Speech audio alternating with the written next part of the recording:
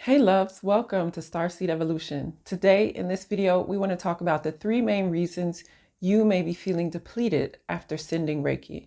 So stick around because in the third reason, I'm going to tell you the most important reason why you may be losing energy while sending Reiki and how to avoid it.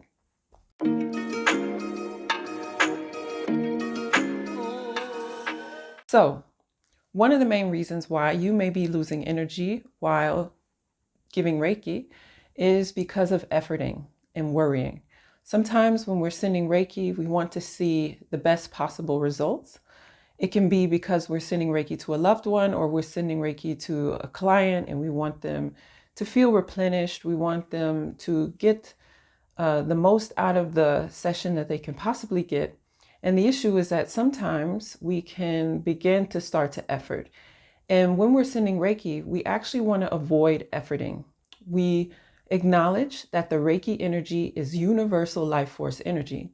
And since the universal life force energy gives us life, it is also intelligent energy.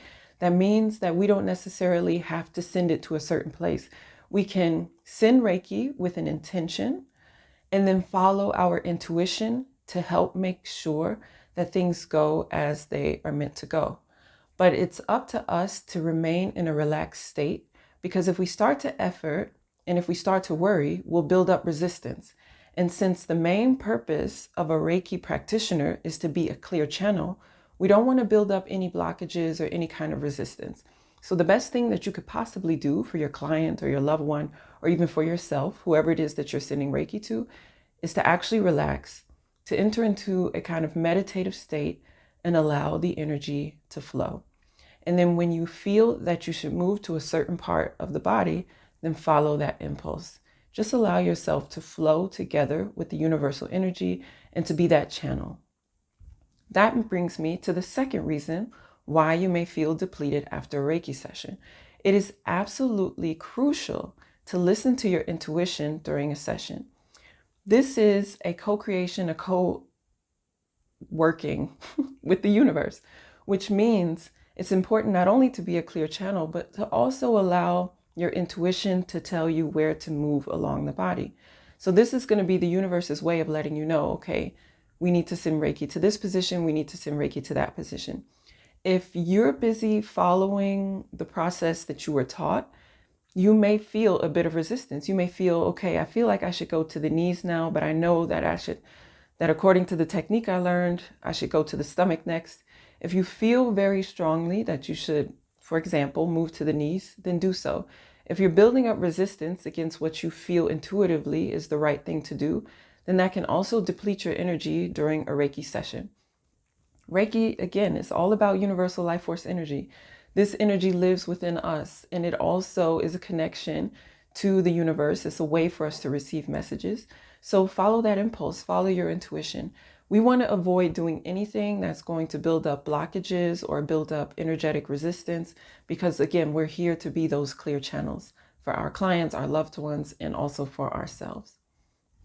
The third most important reason, and the most common reason I see as I guide people on their Reiki journey, is you're sending your own energy instead of you using or sending the universal life force energy. So when we learn Reiki and Reiki 1, the very first most important thing we learn is that the energy should always come from the universe. That means if there's any type of spiritual teacher, Reiki teacher, energetic teacher that teaches you that the energy is coming from them, I personally would run in the other direction. Reiki energy always comes from the universe. You create a clear channel. You imagine connecting to the universal life force energy and it just flowing down through your crown chakra, gathering in your tandem, which is right below your belly button, and spreading throughout your body, through your arms, through your hands, and to your client, to yourself, or to your loved one. And that is how you connect to the Reiki energy. It is very simple.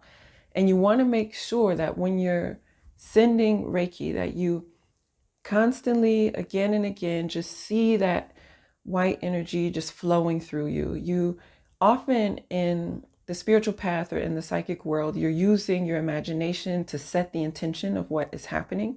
And as you set that intention, the mind being the most powerful tool we have for manifestation, that is what occurs.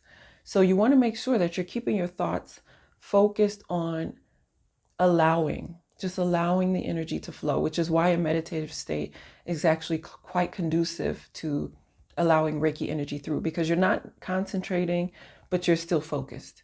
Because concentration is called nin within Reiki, and you don't want to concentrate to the point of force. You just want to relax. You want to focus on that divine love and light, relax, and allow it to flow through you. If you're sending your own energy, that is not only unhelpful to you personally, but it's also not very helpful to your client.